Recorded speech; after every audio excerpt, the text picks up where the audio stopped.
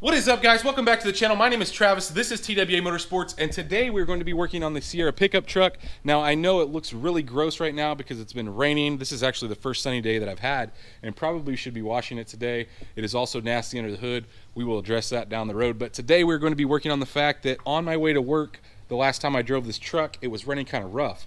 So it seemed like it had a miss, and it was just random. And so what I think is actually going on is it's probably the fuel pump getting weak. This truck has 150,000 miles on it, and generally that is about the interval in which somebody would change a pump. Some go longer, some go shorter. It also depends. A lot of times people run these things low on gas, and when you run them low on gas and don't keep at least a quarter of a tank in, gas is what actually cools that pump. So when the pump gets hot, then you splash cold gas on it, generally that's when they start to fail. So I always try to keep at least a quarter of a tank in all my vehicles.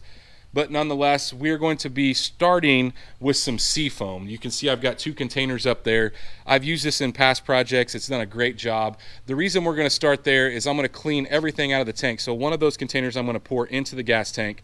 We're going to run it until that tank is completely dry, or at least close to it, maybe down to a little less than a quarter of a tank.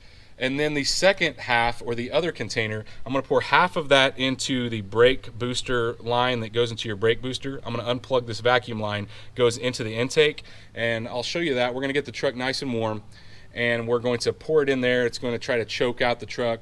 We're going to shut it off once we get about half of that poured in. The second half of that container, I'm going to be pouring in the oil, and that's going to clean all that sludge out. So I'm going to do all of this stuff before I do a tune-up.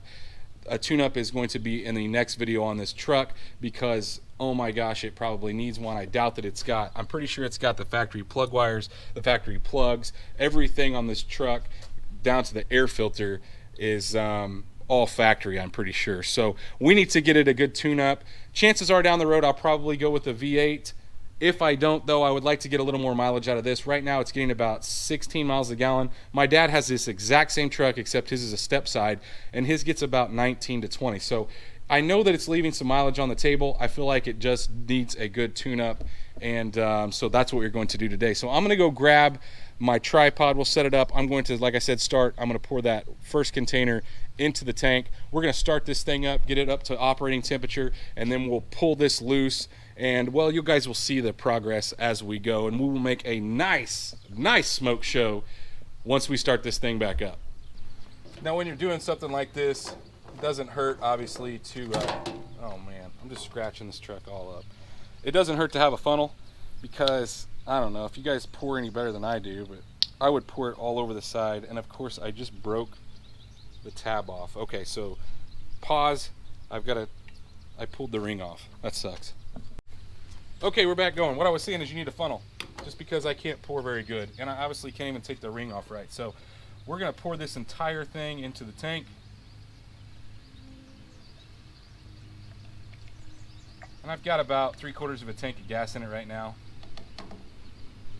Once we get that in, I'm going to reach in here. We're going to start it up and let it get up to operating temperature, like I said.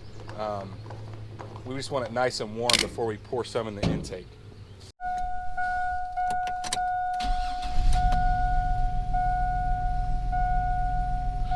So I'm going to watch this. Generally about 210 on the gauge is when it's up to operating temperature, so we're going to let it idle for a little bit. One other thing, I don't know if you guys can hear, I'm trying to talk loud over the motor, but hear that squeak? You should hear it on cool mornings, so I did get another belt for it, so I'm going to replace the belt at the same time I'm letting it set and cool off with the Seafoam in the actual intake. Well, let's see where our temperature's at. Probably not very far. We're halfway there, getting closer. All right, so it is up to temperature, and what we're looking to do is we're going to pull off this master cylinder line that goes into the intake. So it goes to your brake booster, and so when you pull that off, it's going to be really loud because it's going to introduce a huge vacuum leak. But we're going to do that, and we're going to stick the funnel in there, and then we're going to pour about half of this in. Like I said, the motor's going to try to choke out. Once we get half of this poured in, we're going to turn it off, and we're going to let it set for about 10 minutes.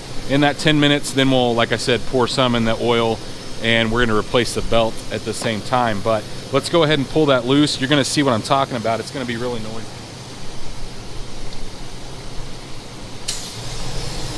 You can see the idle went up as well.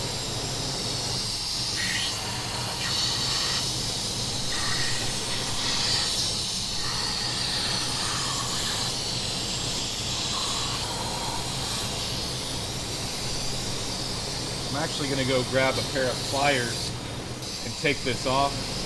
That way we have the funnel won't fit in the end of that attachment. Like I said, I get some pliers and take this actual piece off. You can see it's wanting to die. There we go. Now it's noisy.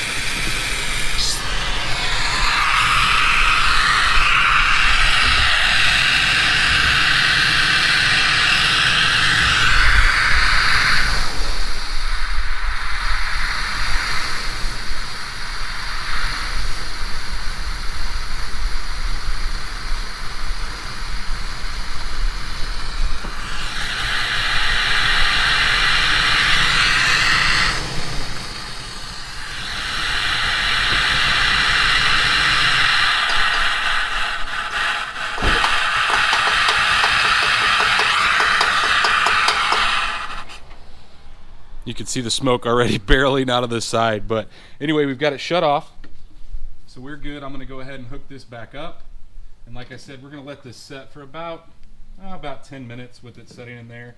And what that does is it sets on top of the pistons, and the motor sounds really crazy, but it isn't going to hurt anything. They actually make one now, if you don't have this line, that you can take loose the actual intake track and spray it directly in there. So I'm having trouble. I hate these GM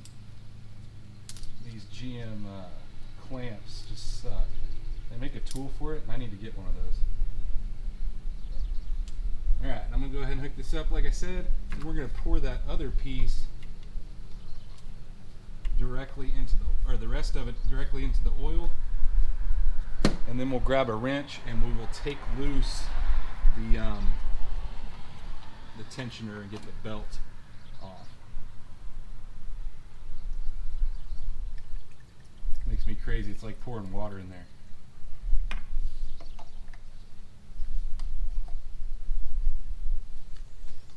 All right, let's go grab a wrench, and then we will take the tensioner loose and pull the belt. Now, I did order a belt online, and I got it in. This is what it calls for if you have AC on a 4.3 two-wheel drive, and all we're going to need to do is get it loose. Now, this actually just swings out of the way, maybe. There we go. I'm gonna have to put this down, but once we get this swung out of the way, we should be able to pull the belt off.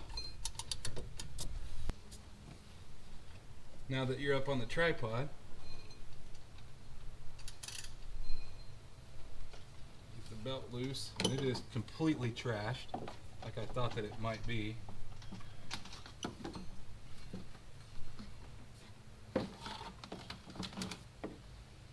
Looks really long. I think the new one we got will work. And I always buy Gates belts. I've just always had better luck with them. Don't cheap out on a belt. You get what you pay for in belts. Yeah, it looks to be the same size. That one's all cracked. And you guys can see I don't know if you can see the cracks in it, but it's pretty beat up. Now, if you guys ever want to know the routing method on a belt, for the most part, this one's pretty faded out, but it tells you on the front of the truck if you don't remember the way it was torn off. Now, like I said, this one's really faded. I just know how they go on, and like I said, you could take a picture of it before it comes off. Okay guys, it has been setting for about 10 minutes, and this is the awesome part. Generally I like to do this when I'm going to pick my son up from school, so there's just smoke going everywhere. People think your car's on fire. I've actually been pulled over, people thinking my vehicle is on fire, but I'm gonna go fire it up. Just know that it's going to take a little bit of time to crank over because it's full of fluid that you've put on top of the pistons. So like I said, it's gonna crank for a little bit before it wants to fire it up. It might idle a little rough for a minute, but we're gonna fire it up and you're gonna get to see some smoke.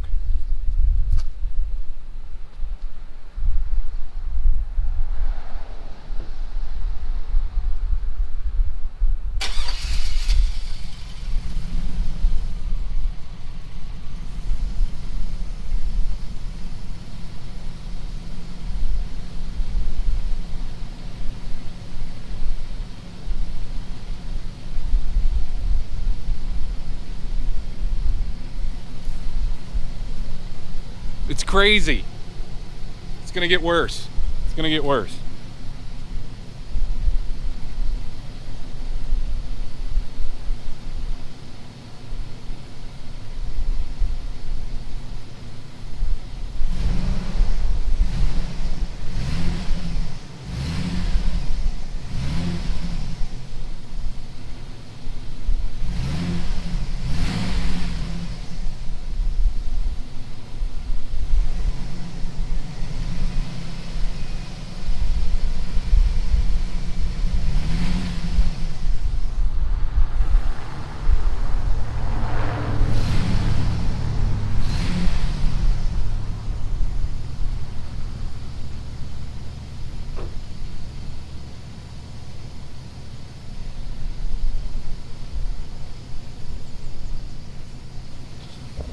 All right, guys, so it's gonna smoke like this for quite a while.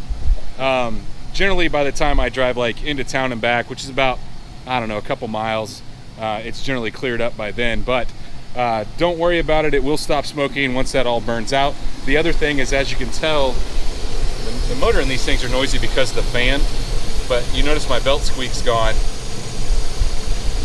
which is awesome because I was sick of listening to that, like I said. But guys, we have a ton of stuff planned for this truck. Like I said, I generally like to do this when I'm going to pick up either my wife or my son because they're always embarrassed that it's smoking. It makes you look like your truck's about to blow up or that it's on fire. Like I said, I've been pulled over before because people thought it was on fire. But we have a ton of other stuff planned. We're going to do a full tune-up on the next video with this truck. And obviously we got some cosmetic things that are going to be coming down the road as well. So wheels lowering, tires, so on and so forth. So stay tuned.